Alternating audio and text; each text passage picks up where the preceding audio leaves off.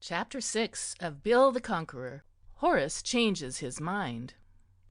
Mr. Cooley Paradine's pleasant domain at Westbury, Long Island, dozed in the April sunshine. It was the sort of day when any ordinary man would have been out in God's air. But Mr. Paradine, being a book collector, was spending the afternoon in his library. In front of him, as he sat at his desk, lay the most recent additions to his collection. The necessity of glancing at, dipping into, blowing spots of dust off, and fondling these, was interfering very much with the task he had on hand at the moment, to wit, the writing of a letter to his old friend Sinclair Hammond of Holly House, Wimbledon, England. At the point where we discover him, he had indeed got no further than the words, "My dear Hammond." He now assumed an expression of resolution, and dipping his pen in the ink-pot, began to tackle his task squarely. "My dear Hammond, thank you for your letter, which reached me a week ago, and many thanks for again inviting me to pay you a visit. I am glad to say that at last I am able to accept your very kind hospitality. Unless anything occurs to alter my plans, I propose to sail for England about the middle of next month. I'm looking forward with the greatest eagerness to seeing you again. I shall have one or two nice little things to show you. At the sale of the Mortimer collection I was lucky enough to secure quite cheap, only $8,000, Browning's own copy of Pauline, Saunders and Otley, 1833. Also Browning's own copy of Paracelsus, E. Wilson, 1835, and of Strafford, Longman's 1837. I am sure, too, you will appreciate another capture of mine, the autograph manuscript of Don Juan, Canto 9.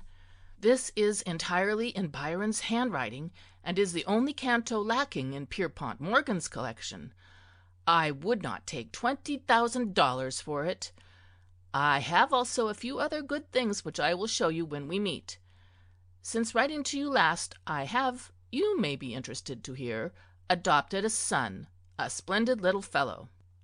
A knock at the door interrupted his writing. Mr. Paradine looked up. "Come in."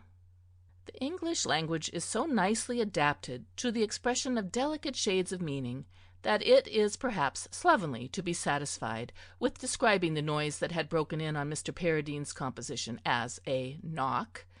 The word bang more nearly fits it, and Mr. Paradine frowned with quick displeasure. He was not accustomed to having his hermit's cell battered upon in this fashion.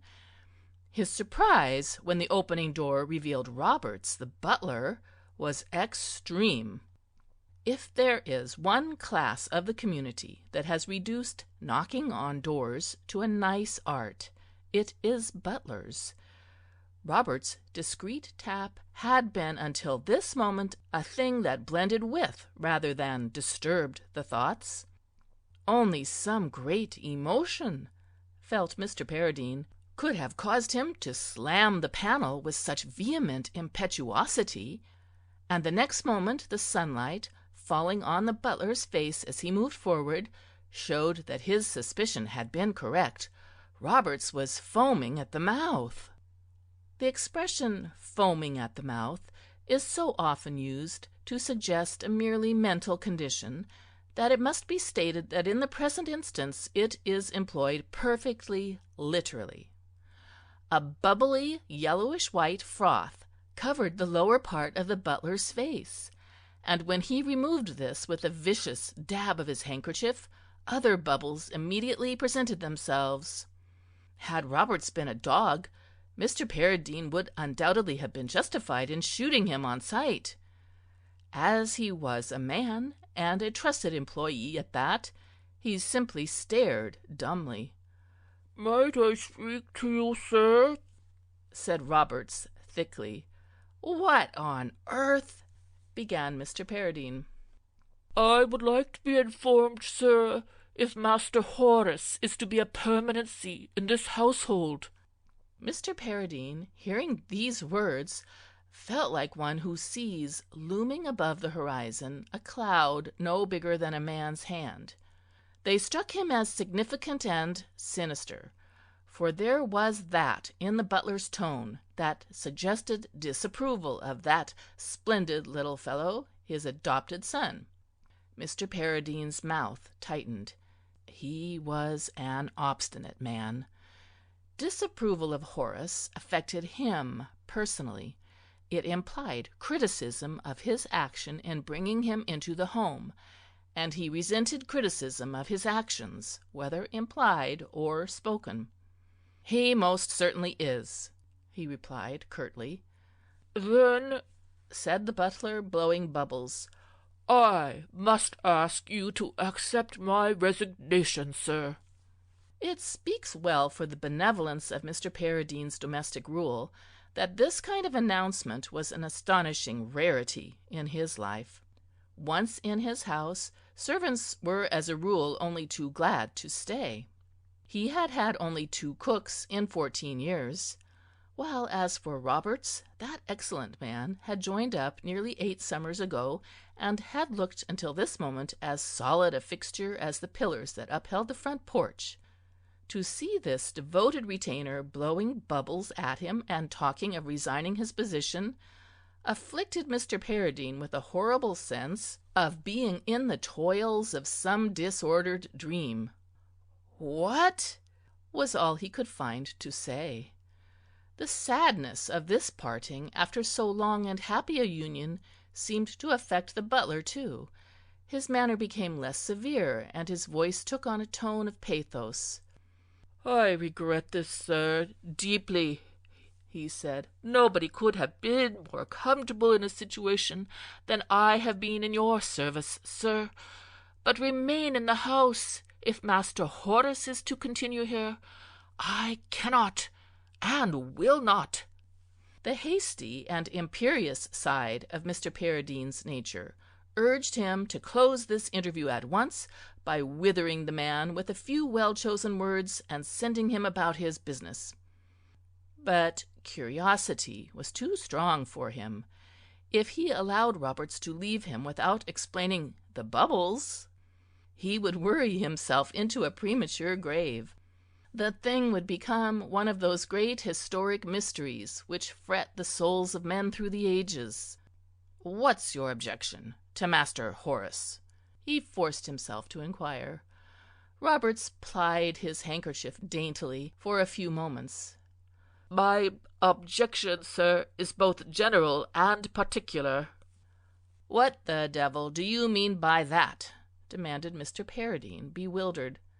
"If I might explain, sir." "Go ahead." "Downstairs, sir, we do not like Master Horace's manner. One of the lower servants summed it up in a happy phrase not many days ago, when he described a young gentleman as too darned fresh. We have so much affection, if I may take the liberty of saying so, for yourself, sir, that we have endeavored hitherto to bear this without complaint.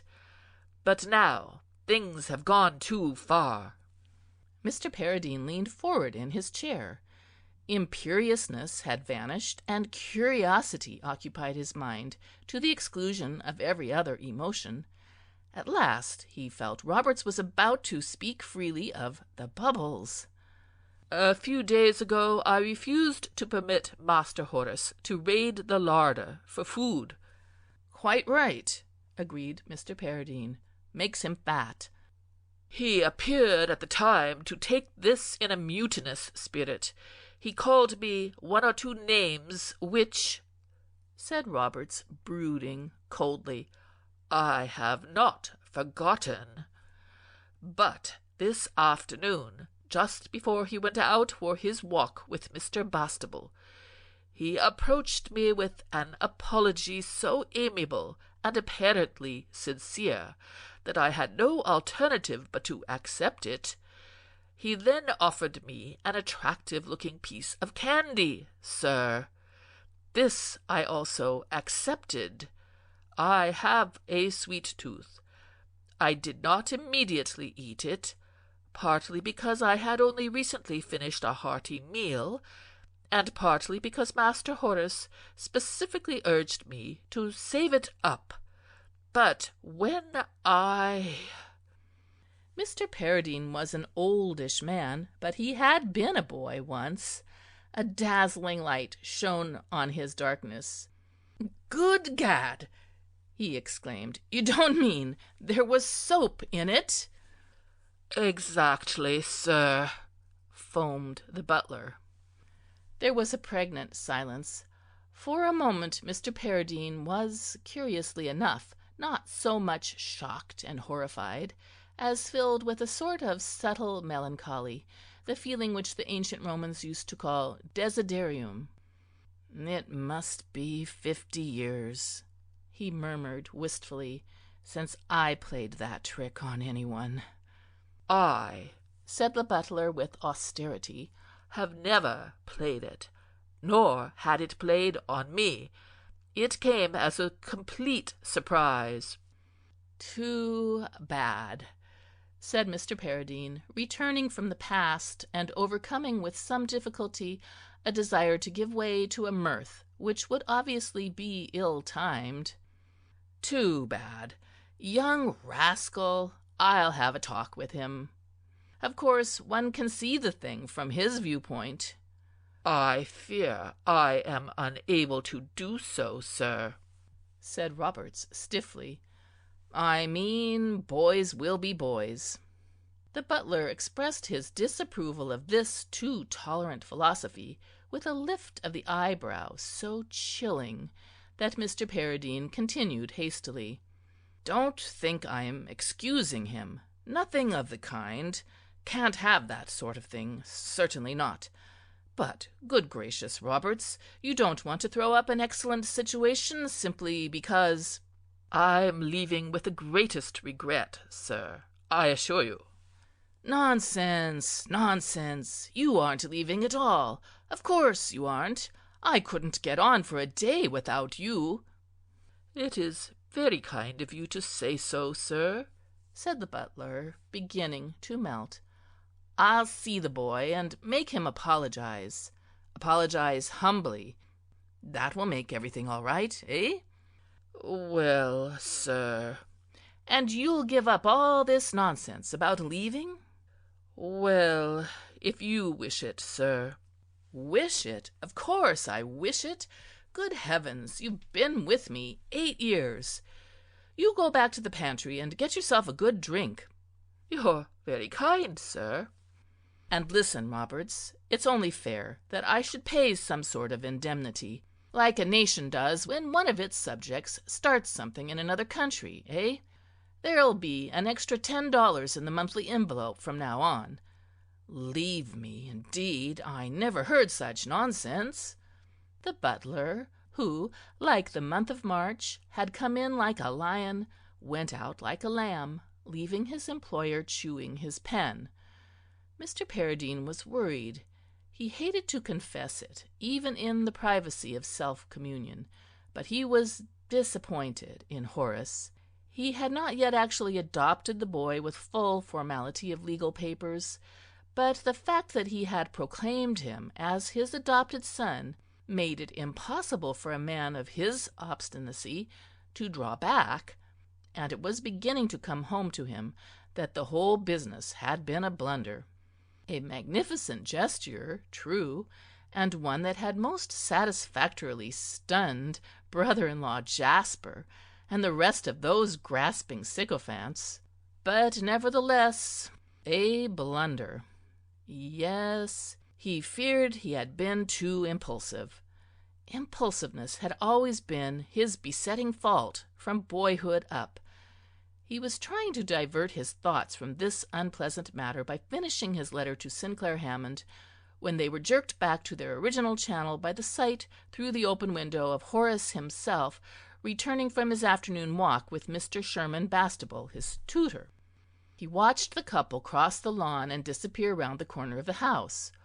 Horace, he noted, had a weary and sullen mien, in marked contrast to Mr. Bastable's buoyant freshness. The tutor was a lean and enthusiastic young man, just down from the university, who preferred brisk walking to any other method of locomotion. Horace, to judge from his expression and his drooping slouch, did not share his views. It had frequently annoyed Mr. Paradine that his son by adoption, though of a chunky and athletic build, seemed to like to spend his time lolling in easy-chairs. This, he felt, was not the spirit that makes supermen, and quick irritation gripped him once more. He was still brooding fretfully on the boy's shortcomings when there was a sudden rushing noise without, and Mr. Bastable burst into the room. "Mr. Paradine!" shouted the tutor in a high, impassioned tenor, "I will not put up with it." Mr. Paradine was dumbfounded. Hitherto he had always found Sherman Bastable an exceptionally civil and soft-spoken young fellow, but now the man was transformed. His tone was one that would have excited comment in the forecastle if used by the second mate of a tramp steamer. His face was flushed and contorted, and as he spoke he thumped the desk violently. "I've had enough of it," he bellowed. Mr. Paradine stared at him, and staring became aware of something which in his first astonishment he had overlooked. He had felt vaguely, right from the start, that there was an oddness about the tutor's appearance, and now he realized what had given him this impression. Sherman Bastable, in his employer's private and sacred library, was wearing his hat. The spectacle brought Mr. Paradine, already simmering, to the boiling point. "It has got to stop!" cried the tutor. "Take off your hat," said Mr. Paradine. The words, designed to bring the young man to himself in a rush of shamed embarrassment, had the odd effect of amusing him. At least he laughed, but it was a hideous, hollow laugh that seemed wrenched from his very vitals. "I like that," he cried. "That's good. Take off my hat. Yes, that's rich." "You're drunk," said Mr. Paradine, purpling. "I'm not." "You must be. You rush in here with your hat on." "Yes," said Mr. Bastable bitterly, "I do, and perhaps you'd like to know why. Because I can't get the thing off without skinning my forehead. That little brute of a boy has gone and rubbed glue all round the inside band, and now it's melted. And I want to tell you, Mr. Paradine—" The things Mr. Bastable wanted to, and did, tell his employer were so numerous, and couched in language so harsh and unguarded, that one is forced to omit them. His final utterance, spoken a brief instant before he slammed the door, is the only one that need be recorded. "I'm through," said Mr. Bastable. "You can accept my resignation. I wouldn't stay here another day if you paid me $1,000,000. The bang of the door died away, leaving a quivering silence. Mr. Paradine stood for a moment plunged in thought. Then, going to a closet, he took out a long, slim cane, and having swished this musically through the air once or twice, strode rapidly from the room. Out in the garden, meanwhile, in the shade of a large locust tree that stood near a handsome shrubbery of rhododendrons, the cause of all these upheavals in the home was relaxing after the fatigues of his afternoon walk. His young body at ease in a deck chair, and his feet restfully supported by a small rustic table, the boy Horace lay with closed eyes, restoring his tissues.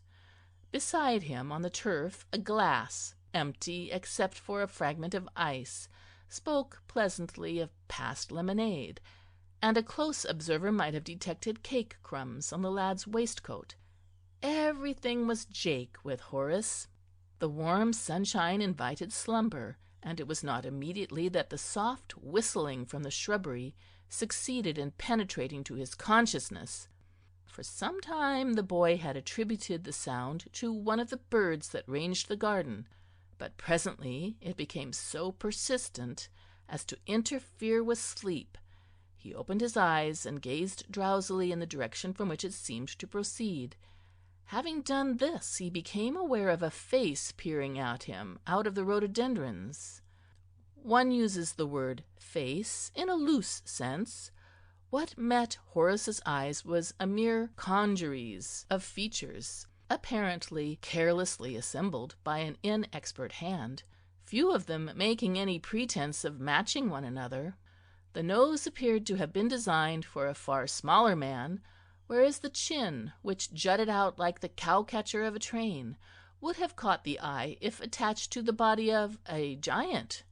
The forehead, a narrow strip of territory separating the eyebrows from the fringe, was flanked by enormous ears that stood out at a majestic right angle. To see this strange facial hash protruding from a rhododendron bush might have startled many people. Horace bore the spectacle with calm, almost with indifference. He yawned. "Hello, Joe," he said. "It's you, is it?" "Yes, it's me," replied the other in a voice of marked surliness. "I've come to find out what you're doing, and I find you doing what I might have expected I'd find you doing nothing." "I'm concentrating," said Horace casually. Joe the Dip, for the visitor was none other, looked up and down the quiet garden, and satisfied that it was empty, emerged cautiously from his bush. Now that the whole of him had become visible, his social status was even more obvious than before. A criminal, evidently, and belonging, one would have said, to the executive rather than the organizing branch of his particular gang. If you wanted a man to scheme out some subtle confidence game, you would pass over Joe. But if, on the other hand, the task on the program involved the sandbagging of somebody down a dark alley, then you would beckon to Joe with an immediate Eureka! In build he was a solid man of medium height, with thick and stooping shoulders. His feet were large and flat. "Concentratin', eh?" he observed bitterly. "That's about the best thing you do, ain't it? See here, kid, I've made a long trip out to this joint to get next to yous, and what I want to know is, how about it? The boss is getting worried." "Yeah," said Horace. "We're all getting worried. You got it soft, ain't you? Sitting pretty in this swell home, living off the fat of the land." "I don't eat fat." "It's about all you don't eat. I know yous. Lazy, that's what you are. If I'd been here instead of you, I'd have got action long ago." "You would, eh?" "Yes, I would. What's keeping yous? What's the snag?" Horace settled down more deeply into his deck chair and eyed his interrogator calmly. "I've been thinking," he said. "You've got no time for that sort of thing," said Joe the Dip reprovingly. "We got to get a move on." "Thinking," proceeded Horace, "whether we really want to rob Mr. Paradine." "What?" gasped Joe. "Thinking what?" "I've been going to the movie house down in the village, and it seems to me it don't pay to be a crook. No, sir, every crook that reforms always turns up in a dress suit in the last reel." Joe licked his lips feverishly. He seemed to be feeling that a stricter censorship was needed for the motion picture industry. "There was one I saw last night," continued Horace dreamily, "where an ugly, bad-tempered crook puts a kid up to stealing from an old gentleman. Kind of coincidence, wasn't it?" "Yeah."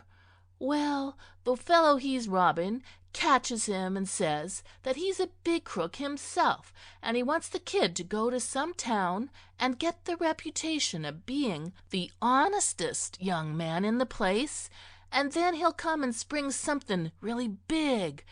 And the kid goes, and he does, and the big crook comes and says, "Now's the time."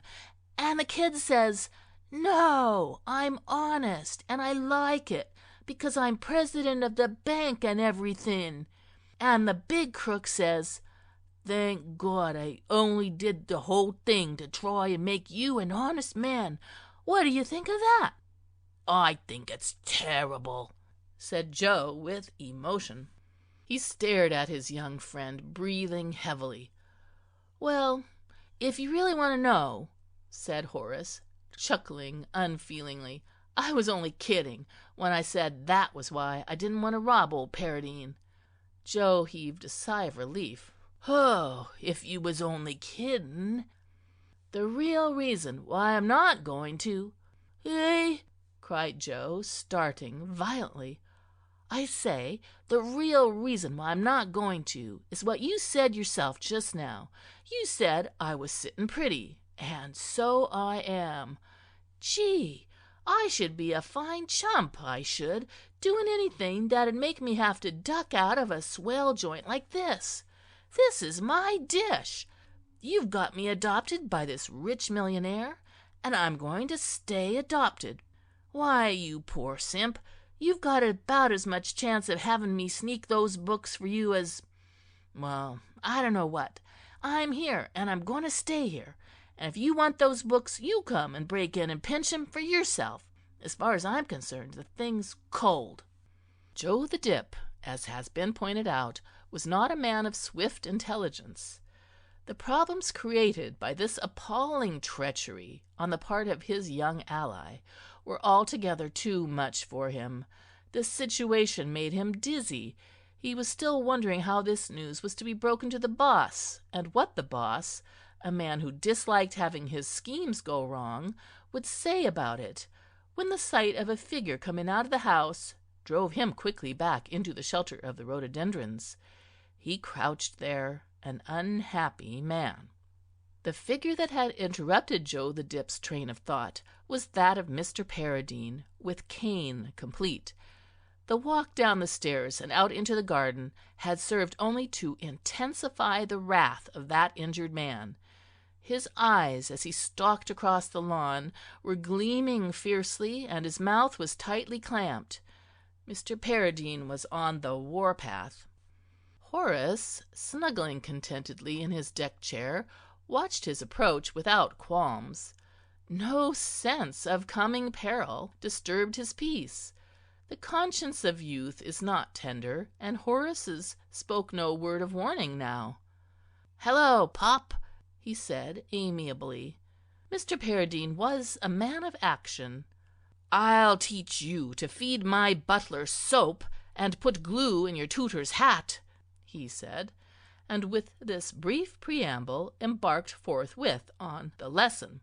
It was not a simple task to try to inject sweetness and light into a boy of Horace's hard-boiled temperament. But what one man armed with a springy whangy could do, Mr. Paradine did.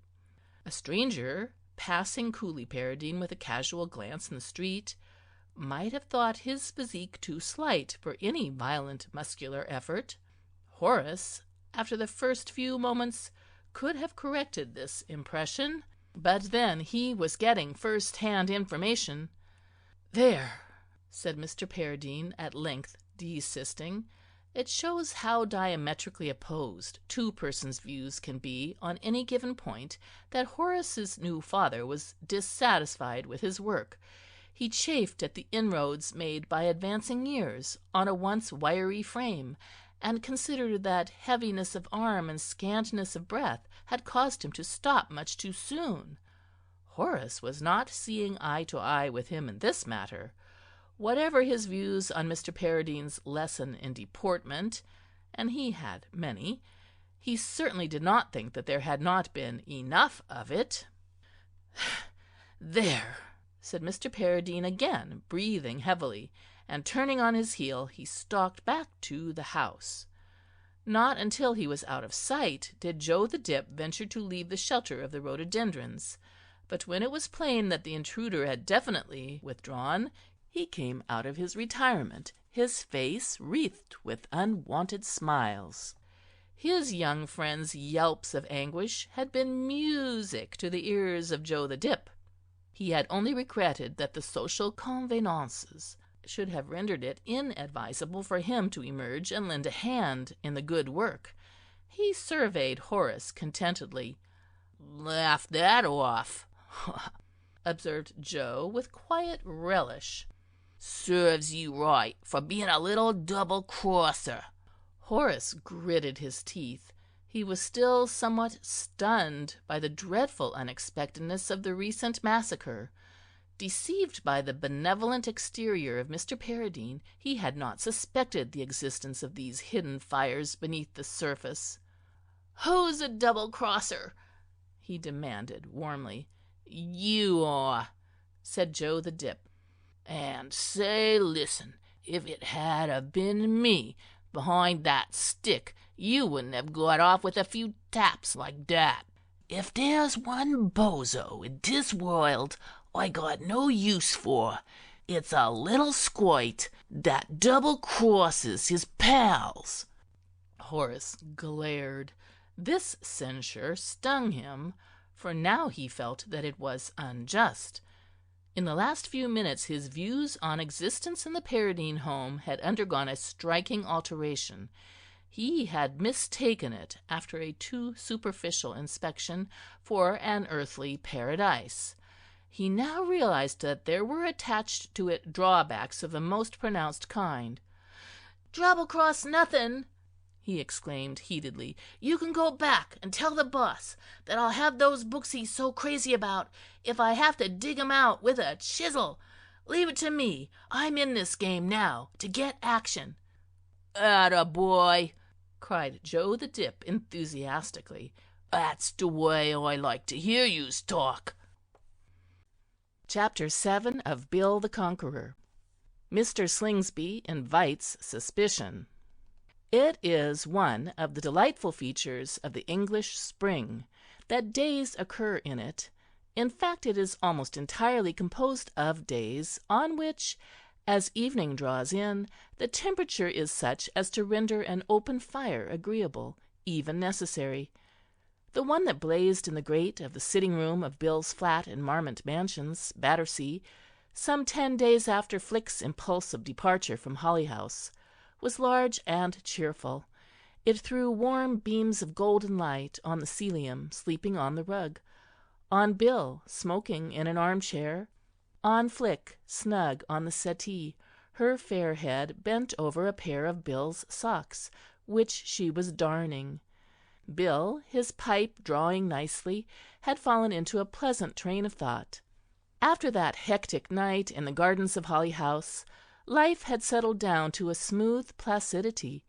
Flick was comfortably established now in a bed-sitting-room round the corner, having stumbled by good fortune on a house whose landlady, so far from objecting to dogs, had welcomed Bob with a motherly warmth, and was now conducting a campaign of systematic overfeeding, which had already begun to have grave effects on his figure.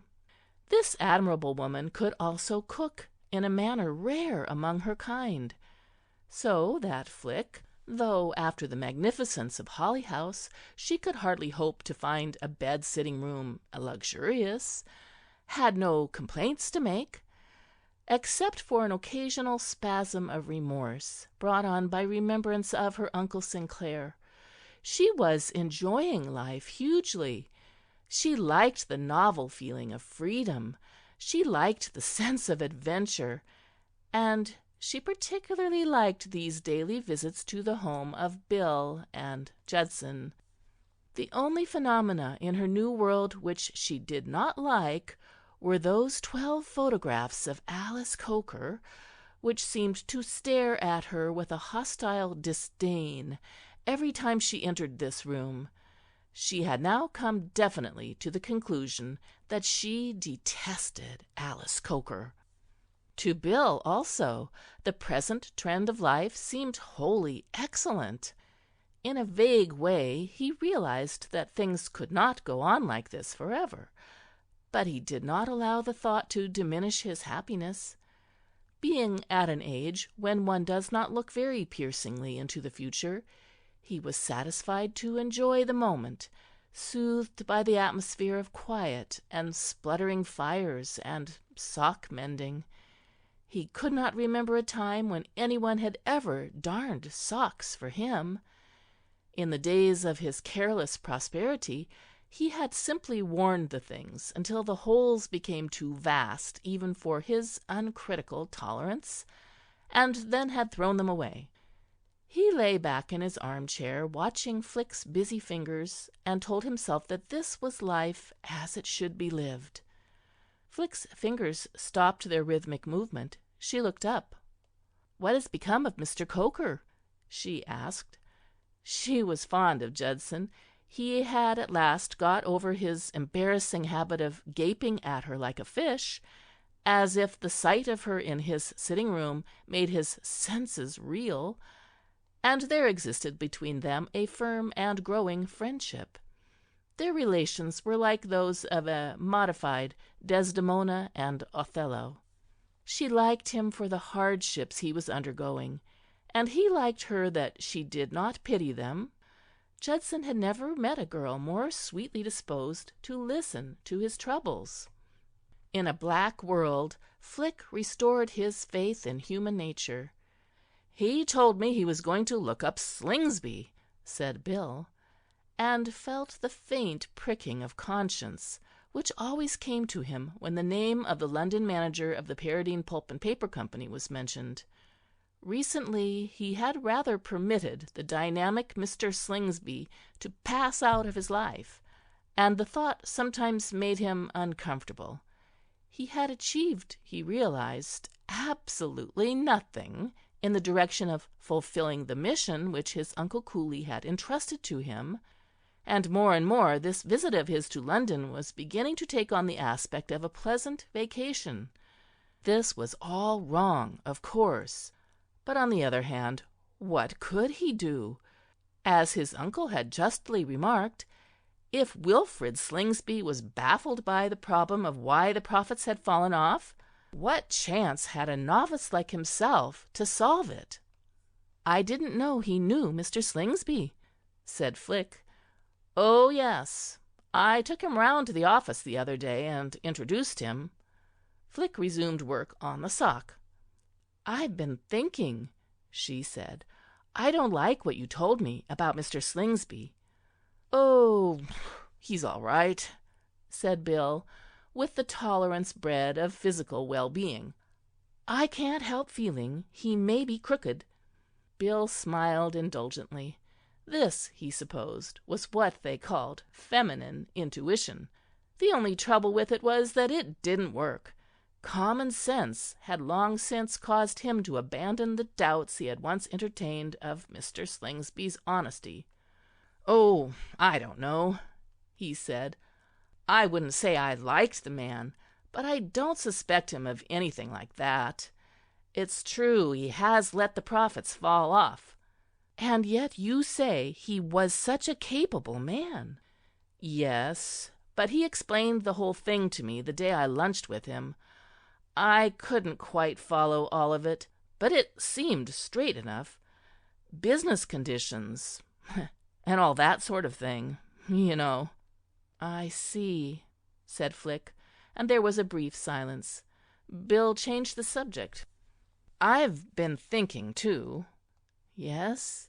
"Wondering," said Bill, "what your people are saying about your running away.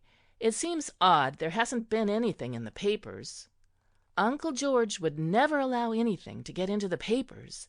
He would be much too afraid of the scandal." "They never put any reply to your letter in the personal column of the Mail. It begins to look as if they intended to stick it out." "Yes." "What will you do if they don't climb down?" Flick looked up with a quick flash of her cornflower eyes. That sudden impish way she had of jerking up her head always fascinated Bill, It reminded him of a startled kitten. "I shall get a job somewhere. I'm pretty good at typing, and I can do a sort of shorthand. I used to work with Uncle Sinclair a lot at one time. At any rate, I'm not going back to marry Roderick." "I should say not. Anything," said Bill sententiously, "is better than marrying someone you don't love. Love is worth waiting for. One of these days you're bound to find a man you'll fall in love with." "Am I?" "Absolutely bound to. Comes over you like a flash, quite suddenly." "Does it?" "I remember when I first met Alice." "What sort of a girl is Miss Coker?" Flick interrupted. "What sort of a—" Bill found himself at something of a loss for words. It is a tough job describing goddesses. "Why, but I've told you all about her a lot of times." "So you have," said Flick demurely, returning to the sock. "It's been wonderful having somebody like you to talk to about Alice," said Bill. "Judson isn't much use in that way. But you're different. You're a real pal. I can—" "Would she mend your socks?" asked Flick. The question seemed to disconcert Bill. He had recently come to regard sock-mending as one of the noblest pursuits of woman, and it pained him to discover anything even remotely resembling a flaw in Miss Coker's perfection. But the fact had to be faced. Try as he might to envisage Alice mending socks, he could not do it. "She's rather the dashing sort of society type of girl, he said, and was aghast to find himself speaking quite apologetically. "I see." There was a silence. From the fire a few glowing fragments of coal dribbled into the grate. The cilium on the rug gave a little whine as he chased rats through dreamland. "Don't you usually write to her on Tuesdays?" said Flick carelessly. "Good Lord!" Bill dropped his pipe and stared at her with fallen jaw. "I'd clean forgotten." "You'd better go and do it now, or you'll miss the mail." Bill was conscious of a peculiar sensation. Analyzing this, he was horrified to realize that for an instant what he had been feeling was a reluctance to get out of his chair, a strange evil shrinking from the delightful task of writing a long letter to the girl he loved. For one ghastly moment the thing had seemed a bore. Letters at No. 9 Marmont Mansions, Battersea, had to be written in the dining-room, it happening to contain the only table in the flat that did not sway like a lily if leaned upon, and somehow the thought of leaving this cozy fireside and going into the dining-room depressed Bill. His better nature asserted itself. He heaved himself up and left the room. Flick, laying down the half-mended sock, sat gazing into the fire. Then, with a little impatient wriggle, she started sewing again. She had been sewing for some minutes when the door opened and Judson came in. "Hello," said Flick. "We were wondering where you were. Is anything the matter?" Judson had flung himself moodily into the chair which Bill had vacated, disillusionment and dejection written plainly on his speaking countenance. He was not proof against this womanly sympathy. "Look here," he said, "I'll tell you all about it. You've got a kind heart.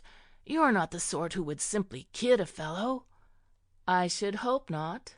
"Well, then, look here. You know as well as I do that there are moments, especially in this beastly country, where the wind always seems to be blowing from the east, when a fellow just has to have a nip of the right stuff to keep the cold out. It's a simple matter of health. Medicinal. Ask any doctor.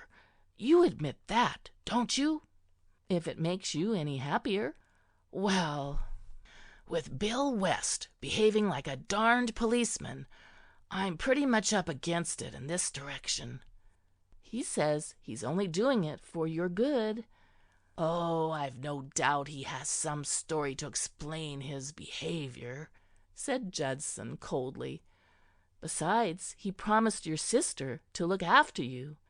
"There is only one word," said Judson with asperity, "to describe Bill's attitude of grovelling servility to my sister Alice, and that word is sickening.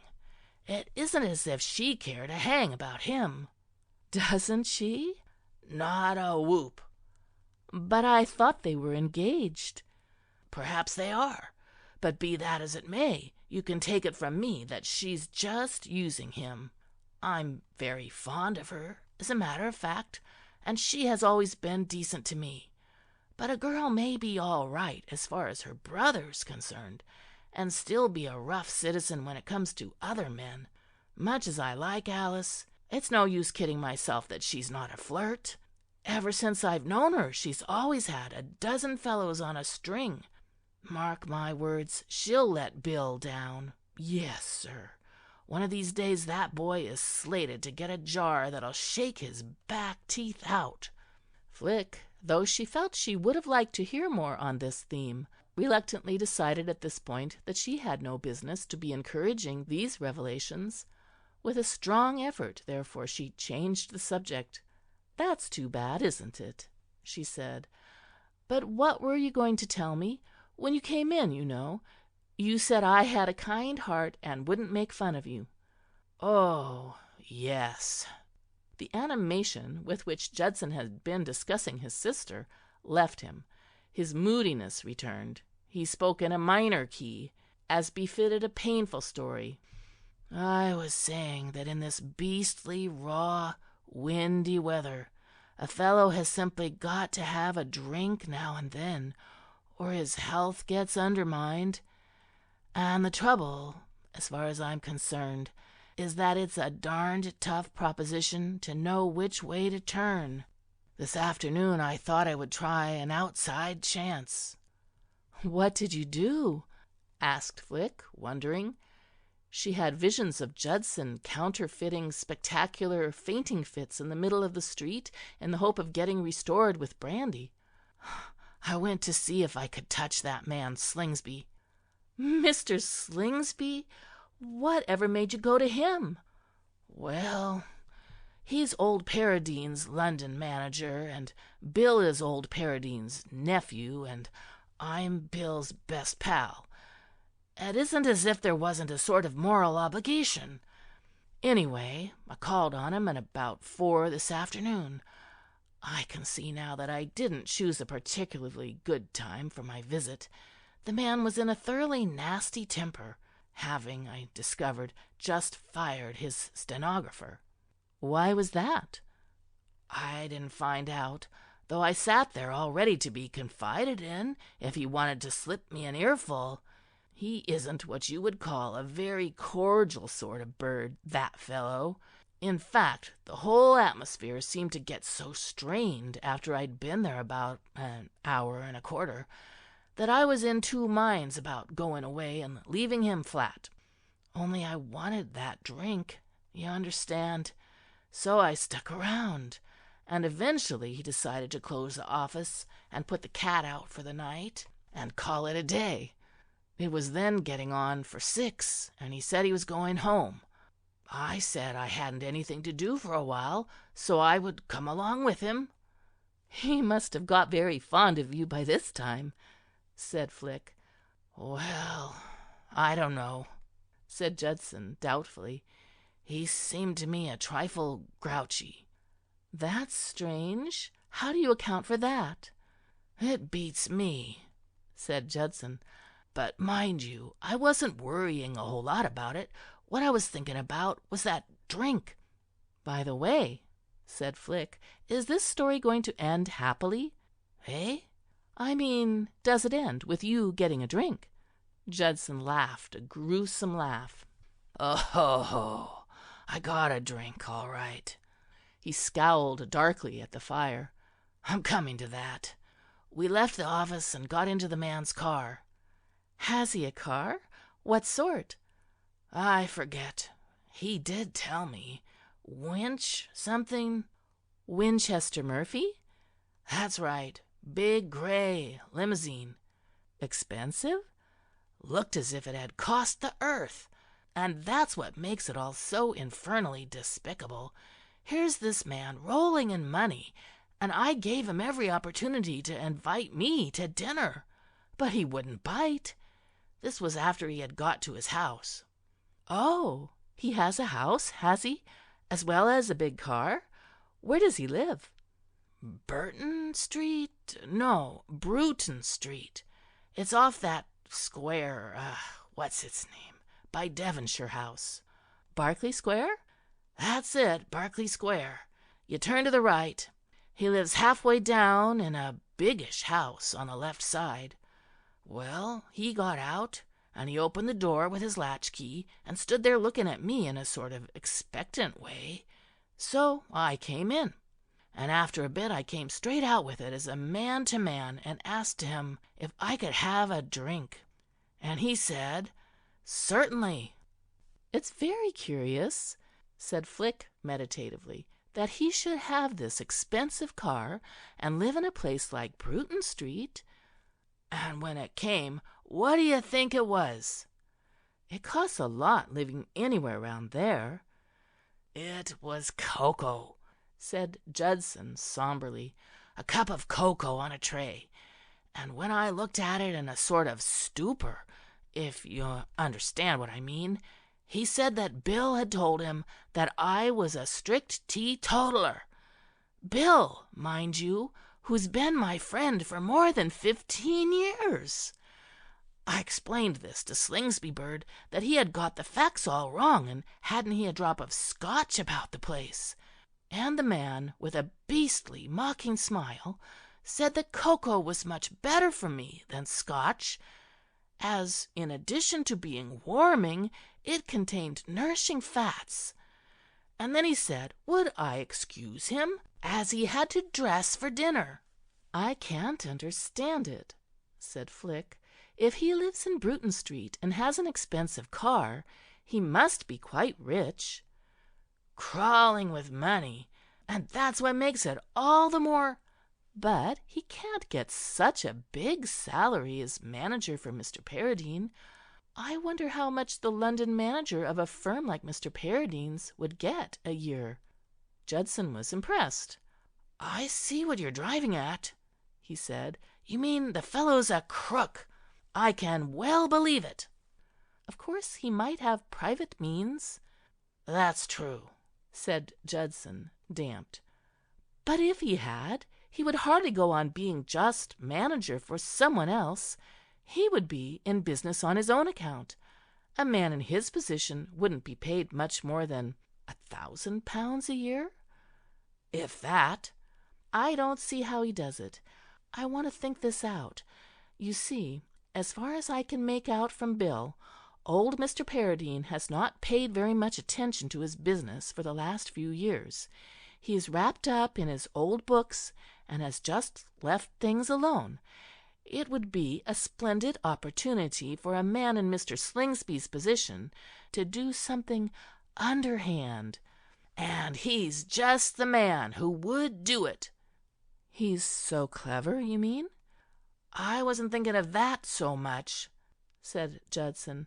What I feel is that there must be practically nothing to which a fellow who would offer another fellow cocoa on an evening like this wouldn't stoop. That's the way I look at it.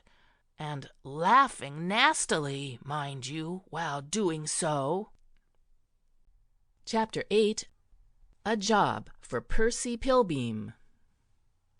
Flick Sheridan and Judson Coker were not the only two people in London who were taking an interest in the affairs of Mr. Wilfrid Slingsby.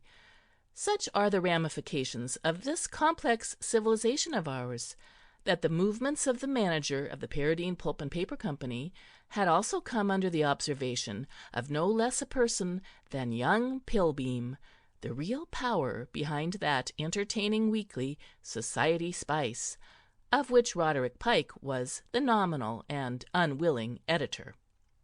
The morning after the conversation between Flick and Judson, recorded in the last chapter, Roderick sat at the editorial desk of Society Spice, gazing wanly at the galley proof of an article by his impetuous assistant, which dealt with the nefarious activities of the race of turf commission agents, an article in the course of which, he pallidly noted, the name of Mr. Isaac Bullet was mentioned no fewer than 3 times, and not once in a spirit of genial praise.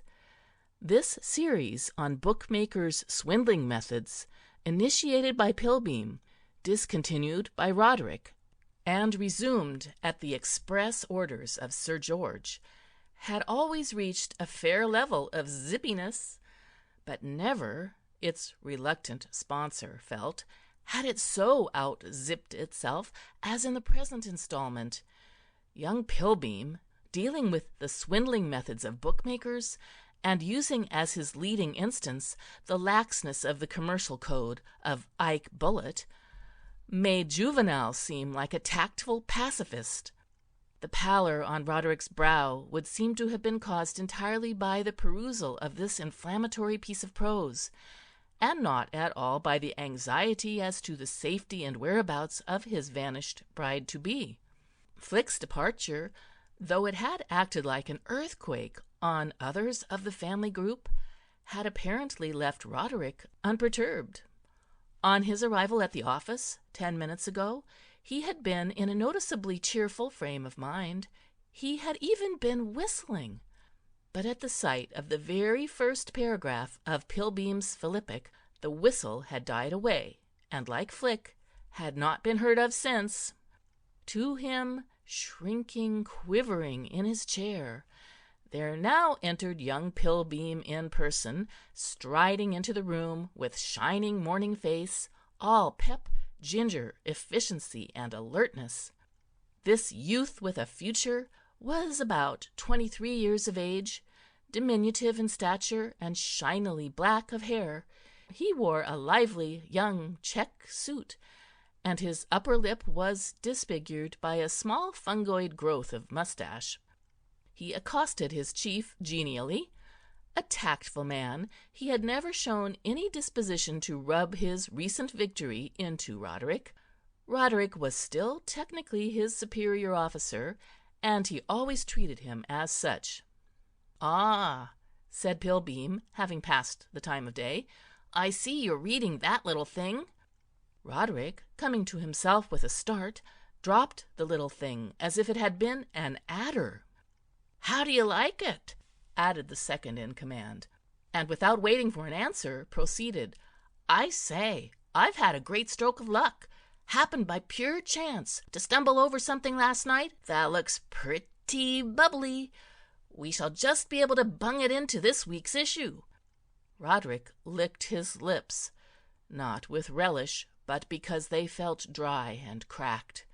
The thought of bunging into this or any week's issue, anything which a critic of Pilbeam's exacting standards considered pretty bubbly, gave him a dull, aching sensation in the pit of the stomach. "What is it?" he asked hollowly.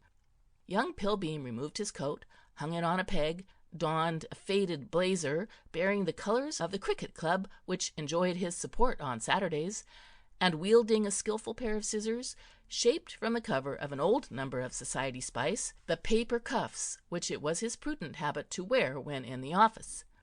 "I happened to go and have a bit of supper last night at Mario's," said Pilbeam, "and there was a man a couple of tables off with a girl in pink. I didn't know the girl, but she looked chorus girlish. I suppose she came from one of the theaters. The man was a chap I've seen around the place, named Slingsby. Know him?" Roderick said he had not had that pleasure.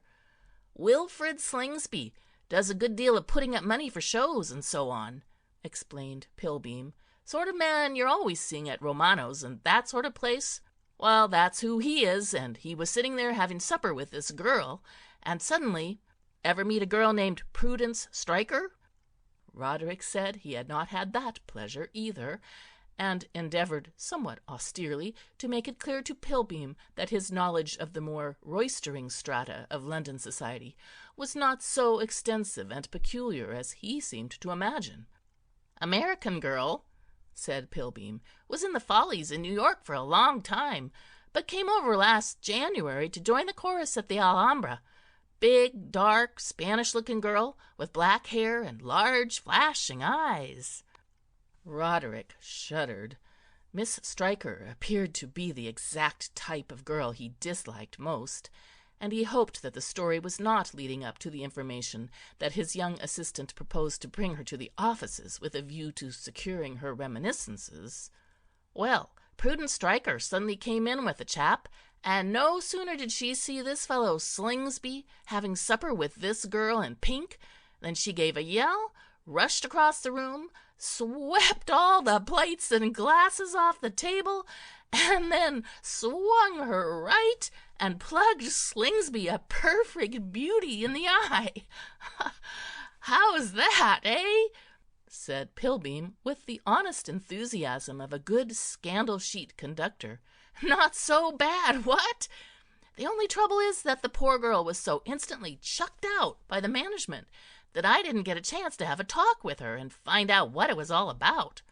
Why Pilbeam should allude to the muscular Miss Stryker, who had apparently acted so dramatically in accordance with her second name, and with so lamentably little consideration for her first, as the poor girl, Roderick could not understand. "So what I thought I would do," said Pilbeam, "was to go and interview this fellow Slingsby and bring back a nice story for this week's issue. I find he's got an office in St. Mary Axe. I can pop down, get a statement from him, and have the article in type by lunchtime. I'll be off there as soon as I've cleaned up these proofs." Roderick looked at the enthusiast with a growing horror. It seemed to him as if fate was going out of its way to make life difficult. An article such as that envisaged by Pilbeam must infallibly lead to his incurring in his editorial capacity the enmity of this Miss Stryker, who would naturally be sensitive about the matter and disinclined to see it exposed to the myriad eyes of London in the staring nudity of print. And last night's drama showed with a hideous clearness what happened to those whom Prudence regarded with disfavor. A vision of himself being plugged a perfect beauty in the eye came to Roderick as vividly as if he had seen it in a crystal. "I don't think we want that story," he said tremulously. "I can't use it." Pilbeam stared at him aghast. "But it's a corker," he urged. "Everybody who reads Spice knows Slingsby." Roderick, in his desperation, snatched at the suggestion offered by this statement. "If he's as well known as that," he said, "he may be a friend of my father's." "No, not a chance of the boss knowing him." "There is," persisted Roderick. "Why shouldn't there be? The man may be his closest friend, for all you know. And you remember how furious he was the time you put in that story about Sir Claude Molesey and the Brighton bungalow. I shouldn't run the risk of having that sort of thing happen again, if I were you." Pilbeam looked thoughtful. Roderick's words had given him pause. The incident to which he had alluded was the only existing blot on the Pilbeam escutcheon. As nice a little "things we want to know, don't you know" paragraph as he had ever written, and then it had turned out that the victim at whom it was directed was one of Sir George's most intimate cronies. Most certainly he did not want that sort of thing to happen again. A way out of the difficulty came to him. "I'll go up and see the boss," he said, "and ask him." He removed the paper cuffs, changed the blazer for his check coat, and thus suitably attired, left the room to seek an interview with the great chief. Up in his office on the 4th floor, meanwhile, Sir George Pike was in conference with his sister Frances, and had been for the last half-hour. The subject before the meeting was, as usual, the total disappearance of Flick. "Just think how long it has been since she ran away," Mrs. Hammond was saying, "and how little we've done. Why, we're no nearer finding her than we were 2 weeks ago." "I know," sighed Sir George, "I know." the proprietor of the Mammoth Publishing Company, was looking more like a stuffed frog than ever. This matter of Flick's mutiny was weighing hardly upon him. "You surely do not suggest, I hope," he said, having taken a couple of Napoleonic turns up and down the room, "that we should give in to her and insert that advertisement in the Daily Mail?" The last two words escaped from him in a sort of miniature explosion of pent-up disgust.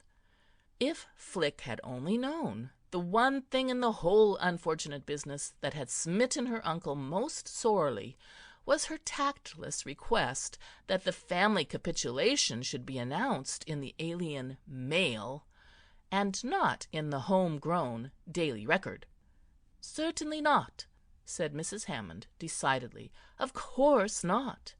Nothing could be farther from my thoughts. I am only saying that we ought to take some definite step of some kind, and you, George, are our only hope. Sinclair is perfectly useless. Sometimes I am not sure that he does not in his heart of hearts secretly sympathize with the girl. You must do something, George, and at once." George frowned thoughtfully. "I did put the matter into the hands of a private detective, you know." "A private detective?" "Using the utmost discretion, of course," Sir George assured her. "I told him that Felicia was the daughter of an old friend of mine, suggested that she must have been stricken with amnesia, which I thought rather a happy idea. But there have been no results. The fact is, these private detectives are no good whatever. They exist only to take fees in advance and do no work to earn them." The telephone buzzed discreetly. "Mr. Pilbeam would be glad if you could see him for a moment, Sir George." Sir George turned from the instrument with the air of one whose troubles have been divinely solved. "Good gracious!" "What is it?" "I never thought of him. What an amazing thing! The one man ideally fitted for— Young Pilbeam wants to see me," he explained. "You remember him? Does all the work on spice. One of the brightest, keenest fellows in the place. A man in a million. The finest young chap for this sort of business in London." "Have him in at once," cried Mrs. Hammond excitedly. "I will." To Frances Hammond's keen vision, one glance at the assistant editor of Society Spice was enough to justify her brother's eulogy. Percy Pilbeam was not an ornamental young man. Aesthetic critics would have found much to cavil at in his check suit, and physiognomists might have clicked their tongues disapprovingly at the sight of his mean little eyes, and the unpleasant smile on his badly shaped mouth. But for the task in hand, his qualifications stuck out all over him. He looked what he was, a born noser out of other people's coyly hidden secrets. She bowed amiably as Sir George, with a brief word, made them officially known to each other. "You wish to see me, Pilbeam?" "Just a trifling matter, Sir George. I'm on the track of rather a good story about a fellow named Slingsby, Wilfrid Slingsby. I just thought, before going any farther, that I would make certain that he did not happen to be a personal friend of yours." "Slingsby? Never heard of him. Who is he?" "He has some sort of business in the city, and he is rather well known in theatrical and sporting circles about town. He has had a finger in backing one or two musical comedies." "Just the sort of man the readers of Spice are interested in." "Exactly what I thought, Sir George." "What has he been doing?" "He was mixed up in a rather spectacular affair at one of the nightclubs last night. I thought it might be worth following up." "Undoubtedly, most decidedly. By all means, follow it up." "Thank you, Sir George." "Oh, Pilbeam," said the big chief, as that promising young man turned to go. "One moment." He went to his desk and took out the photograph of Flick, which he had recovered from the Wraxhall Detective Agency, after dispensing with that organization's disappointing services. I want you just to glance at this." Pilbeam took the photograph and studied it deferentially. "That," said Sir George, thrusting his fingers into the armholes of the pike waistcoat, and speaking in the loud, bluff, honest voice of the man who was about to do some hard lying, "is a photograph of a Miss... As is always the way on these occasions, he found himself utterly unable to think of a single name that sounded even remotely like the sort of name a girl would have. Mrs. Hammond stepped adroitly into the uncomfortable pause. "Miss Faraday," she said brightly. "Exactly," said Sir George, relieved. "Miss Angela Faraday." The name pleased him, and he repeated it. "I want you, Pilbeam, to find that girl for me. She's the only daughter of a very old friend of mine." "She left home recently," said Mrs. Hammond. "Just so," said Sir George. "Disappeared." "In fact," said Mrs. Hammond frankly, "ran away. You see, Mr. Pilbeam, the poor child had only just recovered from a severe attack of influenza. You know how it is when you are recovering from influenza." "Quite," murmured Pilbeam, "quite." "We think," said Sir George, feeling on solid ground once more, "that she must have got amnesia." "Yes," said Mrs. Hammond, "there must be some reason like that to account for her staying away. There was no—" "Trouble at home," said Sir George. "None whatever. Don't imagine that for an instant. The girl was quite happy, perfectly happy and contented." "Quite," said Pilbeam. He spoke with unruffled calm, but inwardly he was a tortured man. His memory for faces being excellent, he had recognized the photograph the moment it was handed to him as a very good likeness of Roderick's fiancée, that pretty girl, the boss's niece, who had called for Roderick at the spice office a week or so ago, and the realization that he had stumbled upon the most gorgeous scandal of his whole career, and that there was no hope of being allowed to use it in the paper, was the bitterest thing that had ever happened to him. Not even on the occasion when, piqued by his persistent questioning as to the motives of his wife in suddenly removing herself to East Uganda, a large husband had kicked him down a full flight of stairs, had Percy Pilbeam felt sadder. "You are a fellow who goes about a good deal," said Sir George. "I know that you have a sharp pair of eyes. Take that photograph, Pilbeam, and see if you can't find that girl. She must be somewhere. I must ask you, of course, to treat the matter as entirely confidential." "Quite, quite." "That is all, then." "Very good, Sir George. I will do my best. And in regard to the other matter of which I spoke, I will call on this man Slingsby directly after lunch and see what I can find out." "Just so. And touching this business of Miss Faraday, you will, of course, charge to the office any expense in which you may be involved." "Oh, quite," said Pilbeam, "quite." There was a ring in his voice which told his employer that in that side of the affair, at any rate, he might rely on him implicitly. Chapter 9. The Chase Begins.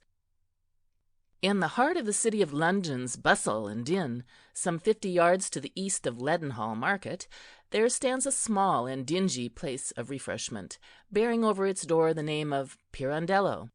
In addition to alluring the public with its rich smell of mixed foods, the restaurant keeps permanently in its window a dish containing a saintly-looking pig's head, flanked by 2 tomatoes and a discouraged lettuce. There are also cakes of dubious aspect, scattered here and there. Through the glass you can see sad-eyed members of the Borgia family in stained dress suits, busily engaged in keeping up the ancient traditions of the clan. In the narrow doorway of this establishment, about 3 hours after Pilbeam had left Sir George Pike's office in Tilbury House, Bill West was standing with his young friend Judson Coker. They were looking up and down the street with an air of expectancy. "You're sure this is the right place?" asked Judson in a voice of melancholy. The Gioconda smile of that placid pig had begun to weigh upon his spirits. "It's what she said in her telegram. Pirandello's in Leadenhall Street." "Very mysterious, the whole thing," said Judson, frowning at the pig. "Ah!" said Bill, stepping from the doorway.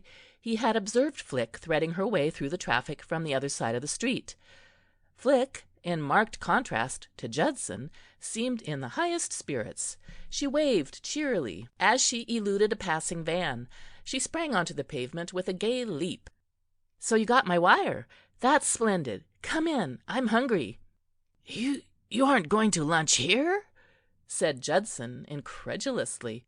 "Certainly. It's a very good place. Henry recommended it strongly. He always lunches here.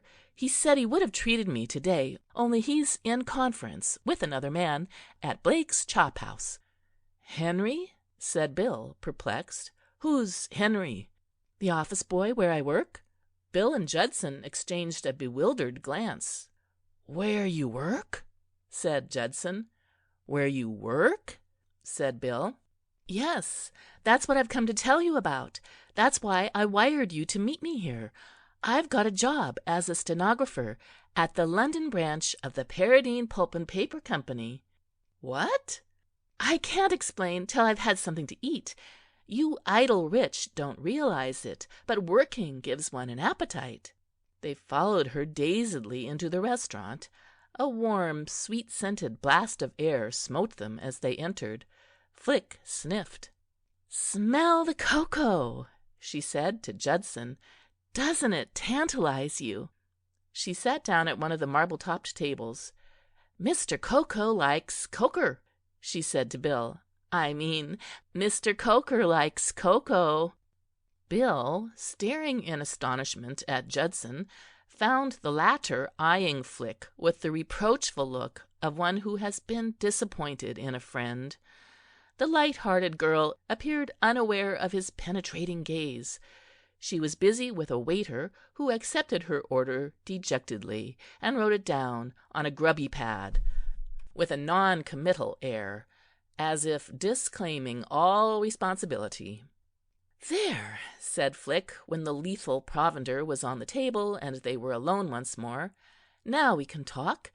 I chose this place because nobody's likely to come in here." "Not unless they're dippy," said Judson gloomily, poking cautiously at his plate. Bill, who was less wrapped up in the matter of food than his fastidious friend, was able to turn his mind to the extraordinary statement which Flick had made a moment back. "You've got a job with Slingsby?" he said, marvelling. "What on earth for?" "Because I suspect that sinister man, and I want to keep an eye on him." "What is this?" demanded Judson, who had now summoned up courage enough to swallow a mouthful. "I know it's paraffin, but what have they put in it?" "I don't understand. When did you get this job?" "This morning at about 10 o'clock." "But how?" "I just walked in and said I heard there was a vacancy for a stenographer." "How did you know there was?" "Mr. Coker told me so last night. He spent the afternoon with Mr. Slingsby. There must be something awfully attractive about Mr. Coker, because Mr. Slingsby simply wouldn't let him go. Would he?" "Eh," said Judson absently. "I said Mr. Slingsby just kept you sitting in his office for hours yesterday, didn't he?" "I'm off that man for life," said Judson with sombre emphasis. "I have no use for him." "You see," said Flick, "Mr. Coker thinks there's something wrong with him, too. We had a long talk last night," she went on, after you had gone off to write your letter, and we came to the conclusion that Mr. Slingsby is a thoroughly bad man." "What on earth made you think that?" Flick sipped daintily at the odd, muddy liquid which the management laughingly described as chocolate. "What would you think of a man who's probably got a salary of £1,000 a year or so, and runs a Winchester Murphy car, and lives in Bruton Street?" "Why shouldn't he live in Bruton Street?" asked Bill, mystified. His knowledge of London was small. "Bruton Street, Berkeley Square," said Flick. "You have to be pretty rich to live there. Anyhow, you want a good deal more than 1,000 a year. But Slingsby goes in for theatrical ventures. He told me so. He probably makes a lot out of those." "Well, how did he get the money to go in for theatrical ventures? It's no use arguing. The man is a crook. He must be. Apart from anything else, he had a black eye when I called on him this morning." "A man like that," said Judson in a hard voice, "is bound to get a black eye sooner or later. I wish I had given it him." "A black eye? What do you mean?" "Just what I say. Now, do honest men get black eyes? Of course they don't. And besides, anybody could tell that he wasn't straight just by looking at him." "That man's a scoundrel of the worst and lowest description," said Judson. "How do you know?" said Bill. "Never mind," said Judson darkly. "I have my reasons." He pushed away his plate and nibbled in a disheartened way at a roll. Bill turned to Flick again. "Tell me exactly what happened," he said. "All right," said Flick. "I lay awake in bed last night for ever so long, thinking over what Mr. Coker had told me, about Bruton Street and the car, you know, and the longer I thought, the fishier it looked. And then I remembered that Mr. Coker had also said that when he called at the office yesterday, Mr. Slingsby was in a bad temper because he had just got rid of his stenographer. It occurred to me that if I called early enough in the morning, I might get there before he had sent out to some agency for another. And luckily I did. I saw Mr. Slingsby, and he engaged me at once. Didn't ask for references or anything." To Bill, though he had little knowledge of what was the customary ceremonial that led up to the engaging of stenographers, this seemed somewhat unusual. Surely, he felt, the proceedings were not always so rapid as that.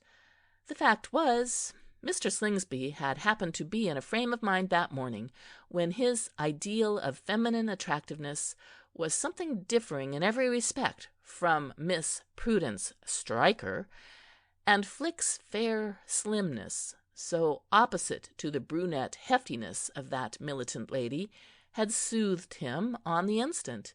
She would have had to be a far less efficient stenographer to fail to secure the post. "Well, there I was," said Flick. "He told me to start right in, so I started right in.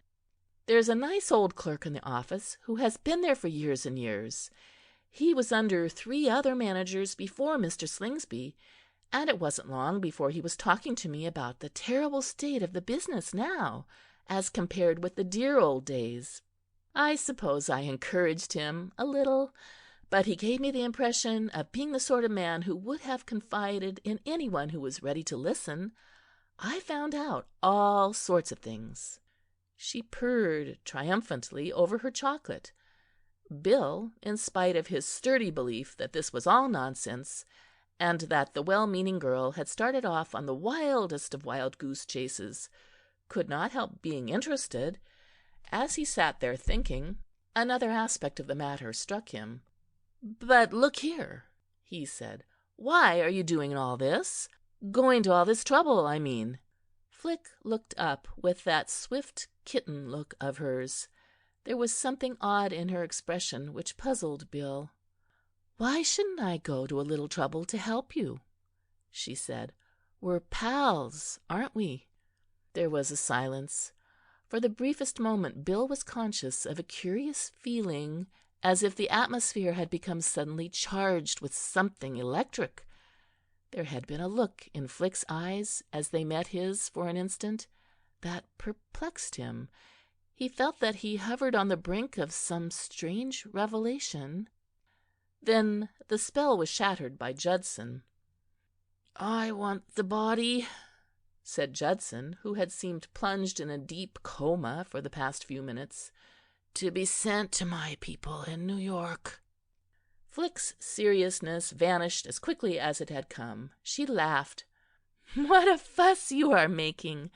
she said. "I shan't take you out to lunch again in a hurry. The food's perfectly good. Look how I'm eating mine." "Women are extraordinary," said Judson, refusing to be cheered. "They must have cast iron insides." "Don't be indelicate, Mr. Coker. Remember, there are gentlemen present."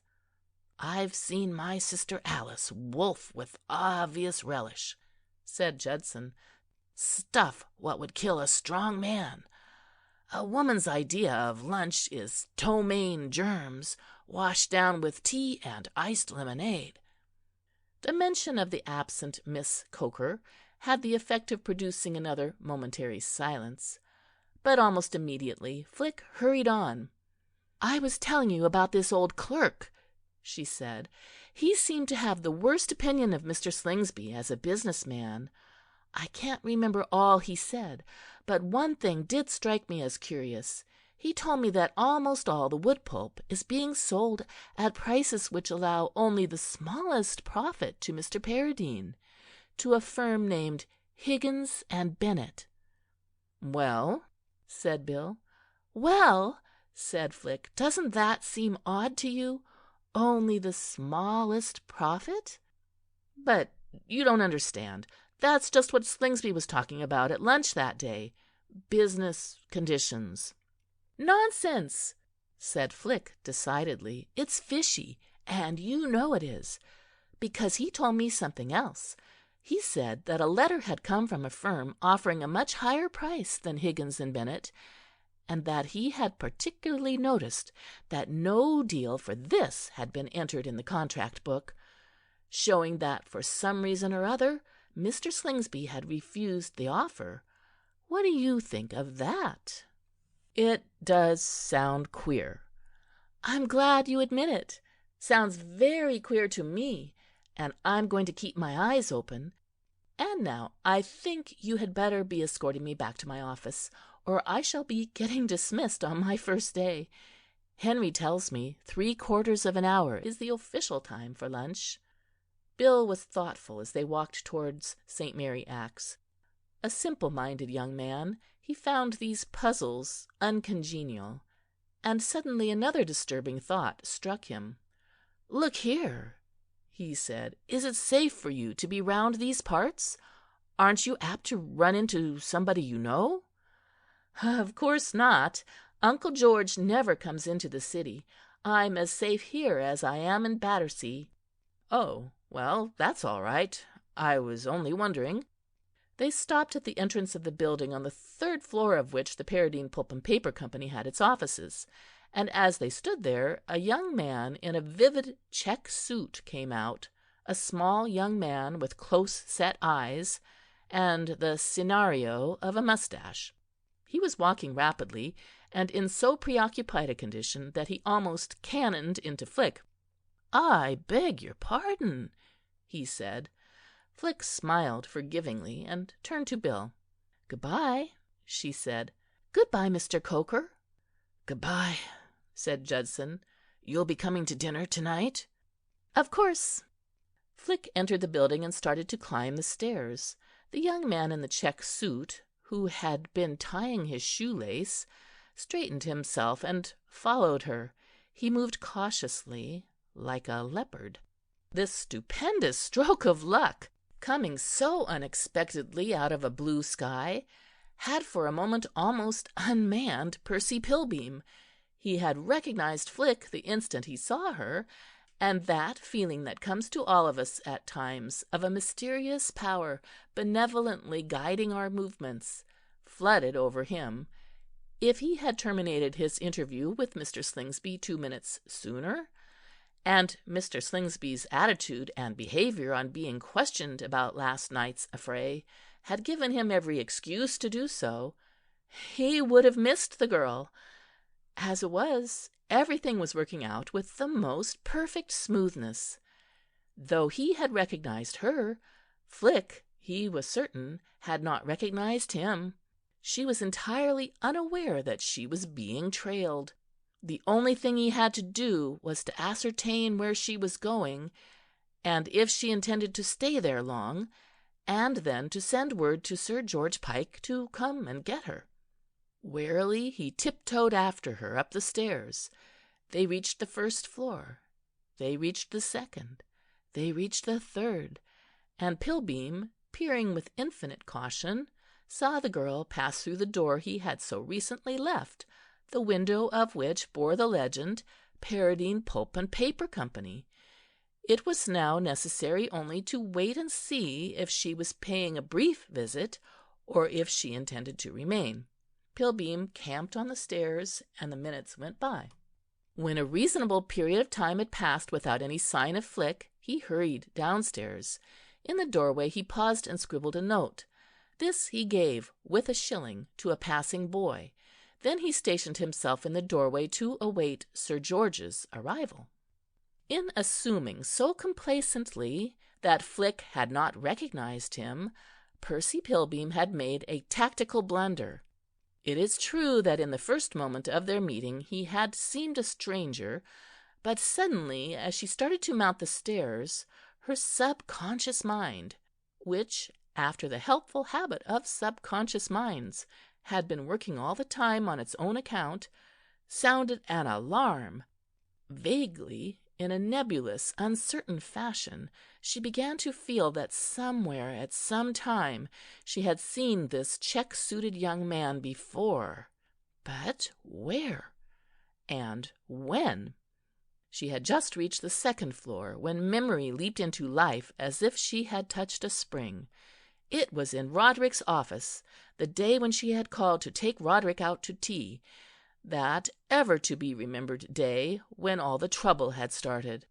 This was the man, Pilbeam, wasn't that his name, who assisted Roderick in the control of society spice. It was lucky that this illumination came to Flick with such a startling abruptness, for this very abruptness had all the effect of a physical shock. It actually jerked her head sideways as if it had been a blow, and so it came about that out of the corner of her eye she was enabled to see her pursuer just a moment before he made one of his wary slidings into the shadows on the staircase. An instant later and she would have missed him. She gave a little gasp. Of all the unpleasant sensations that can attack us in this world, one of the least agreeable is the feeling of being hunted. A brief flurry of panic shook Flick. Then, pulling herself together, she went on up the stairs. Peril quickens the wit, and she had thought of a plan of action. The success of this plan depended entirely on whether that other door in Mr. Slingsby's private office, a door whose existence she had completely forgotten until her subconscious mind, that admirable assistant, now presented a picture of it for her inspection, led anywhere. It might, of course, be merely the entrance to a cupboard, in which case she was trapped. But hope seemed to whisper that a man of Wilfrid Slingsby's evil mind, a man who got black eyes and sold wood pulp cheap to Higgins and Bennet when he could have disposed of it more advantageously elsewhere, would be extremely likely to select for his office a room with a bolt-hole for use in case of emergency. She entered the office with a high heart. A loud and angry voice proceeding through the door had warned her before she turned the handle that a disturbed atmosphere prevailed within. She found Mr. Slingsby in a state of effervescing fury, engaged in a passionate passage with Henry the office-boy. One cannot altogether blame Wilfrid Slingsby for his lack of self-control. His unfortunate encounter with Miss Prudence Stryker at Mario's restaurant overnight had brought him to the office in a mood of extreme edginess, and when a good lunch had to some extent pulled him round, he had been plunged into the depths once more by the totally unforeseen intrusion of Mr. Percy Pilbeam. These things upset a man, and render an office boy's whistling more than ordinarily disturbing to the nerves. The consequence was that Henry, a dreamy youth who was apt to forget his surroundings when he became absorbed in his work, had secretly got half-way through the latest song-hit before something that seemed for an instant like a charge of cavalry shot out of the private office, and the next moment young Master Smith (Henry was one of the Smiths of Somerstown) was being told things about himself which even the companions of his leisure hours, and they were a candid and free-speaking band, had never thought of saying. Mr. Slingsby, roused, had a large vocabulary, and Henry was getting nearly all of it. The instinct of self-preservation rules us all. Flick, though their acquaintance had been so brief, was fond of Henry, and had her own affairs been less pressing, might have attempted to create a diversion. As it was, she merely welcomed the fact that Mr. Slingsby was busy outside of his private office, and walked into that sanctum without a pause. And there was the second door beckoning her.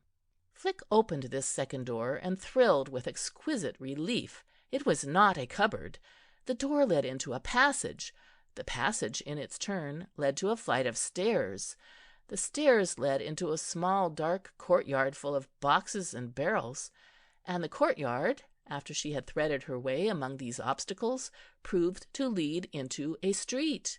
Flick reached this street, and hurrying down it without a backward look, left the employment of the Paradine Pulp and Paper Company for ever.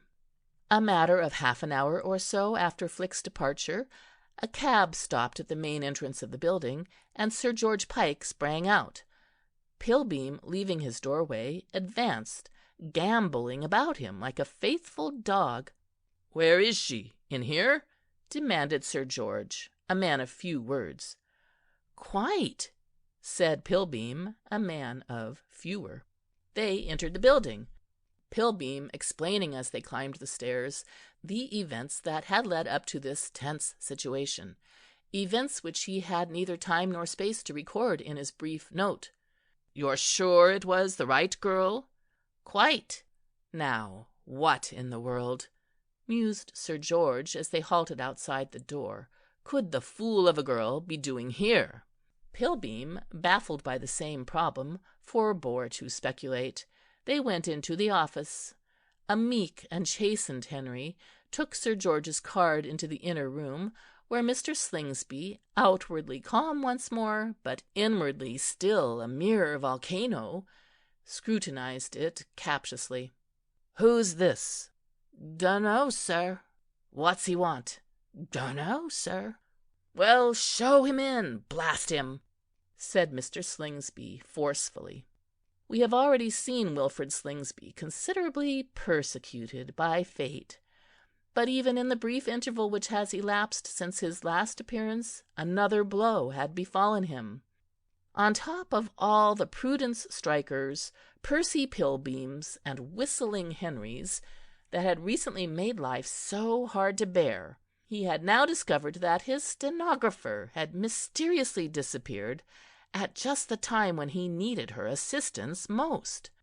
There were a number of important letters waiting to be dictated, and if the plight of a man all dressed up and having no place to go is bad, that of one full of dictation with nobody to dictate it to is hardly less enviable. Small wonder that the world looked black to Wilfrid Slingsby. The episode of the vanishing stenographer, as Mr. Slingsby would have called it if he had been a writer of detective stories, had that quality of utter and insane inexplicability which makes a man moan feebly and stick straws in his hair. He had with his own eyes seen her come in, and now she simply was not. The thing got right in amongst Wilfrid Slingsby's nerve centres, and just as he was feeling that he could stand no more, he saw sailing in the wake of Sir George, the loathly figure of young Pilbeam. It is a curious phenomenon, which can be vouched for by any one who has ever boiled an egg, that a slight increase of provocation, added to a bubbling fury, produces a condition strangely resembling calm. The water which has hissed and shrieked in the saucepan seems to subside almost phlegmatically when it reaches the boiling point. It was so with Mr. Slingsby now. The sight of Pilbeam seemed to produce in him a kind of frozen inertness. With his unblacked eye he looked venomously at his visitors, but he did not spring from his chair and bite them in the leg. And though his fingers closed for an instant on the large ink-pot on his desk, he released it again. Pilbeam did the honours. "This is Sir George Pike, of the Mammoth Publishing Company, Mr. Slingsby," he said. "Do you publish society spice?" asked Mr. Slingsby in a dull voice. "Among a great number of other papers," replied Sir George, with a touch of pomposity. "Ah," said Mr. Slingsby. He toyed with the ink-pot once more, but again relaxed his grasp. Pilbeam proceeded briskly to business. He had had a word with the elderly clerk in the outer office, while waiting, and ascertained the reason for Flick's presence in this place. "We have just discovered," he said, "that your stenographer is the daughter of an old friend of Sir George's, Mr. Slingsby. She recently left home." "Amnesia," said Sir George. "Quite," said Pilbeam. "Indeed," said Wilfrid Slingsby, still in the grip of that sinister calm. Sir George glared impressively. He intended to stand no nonsense from this man. Mr. Slingsby's black eye, and the knowledge of how it had been acquired, had made an unfavourable impression. "I have come to take her back to her home." "Oh, have you? The poor girl is in an unfit state to be wandering about alone." "Oh, is she? And so," said Sir George imperiously, "I should be obliged, Mr. Slingsby, if you would produce her." Wilfrid Slingsby, his mind working with cold swiftness during these exchanges, began now to see his way to getting a small bit, but nevertheless a bit, of his own back. He forced a winning smile into his bleak face. "I should be only too glad to produce her, as you put it, but she is not here." "She came in here?" "Exactly, and went away again. She said she had a headache and wanted to go home, so I let her off for the afternoon." "But I've been watching the door, and she didn't go out," said Pilbeam keenly. "Yes," said Sir George. "How do you account for that?" "You are at liberty," said Mr. Slingsby, "to search the premises if you wish. Here are the keys of the safe, and the drawers of this desk are not locked. The waste-paper basket, as you see, is empty. I imagine," he continued, for the solution of the puzzle which had been vexing him had now presented itself, "that she went out by that door there, which leads to another exit. By now, I expect, she is well on her way home." "What is her address?" 7 Paradise Walk, Earlsfield," said Mr. Slingsby promptly. The locality had not been selected by him at random. Paradise Walk, Earlsfield, was, he knew, in a particularly unpleasant part of London, and had in addition been quite recently the scene of a rather unusually spectacular murder. Mr. Slingsby was not without a faint hope that the inhabitants, if given to that sort of thing, and having nothing better on their hands, might turn their talent for slaughter in the direction of his visitors. "Thank you," said Sir George. "Not at all," said Mr. Slingsby. "Much obliged," said Pilbeam. "Don't mention it," said Mr. Slingsby. The visitors picked up their hats, As the door closed behind them, there came into Mr. Slingsby's drawn face something almost resembling a smile of happiness.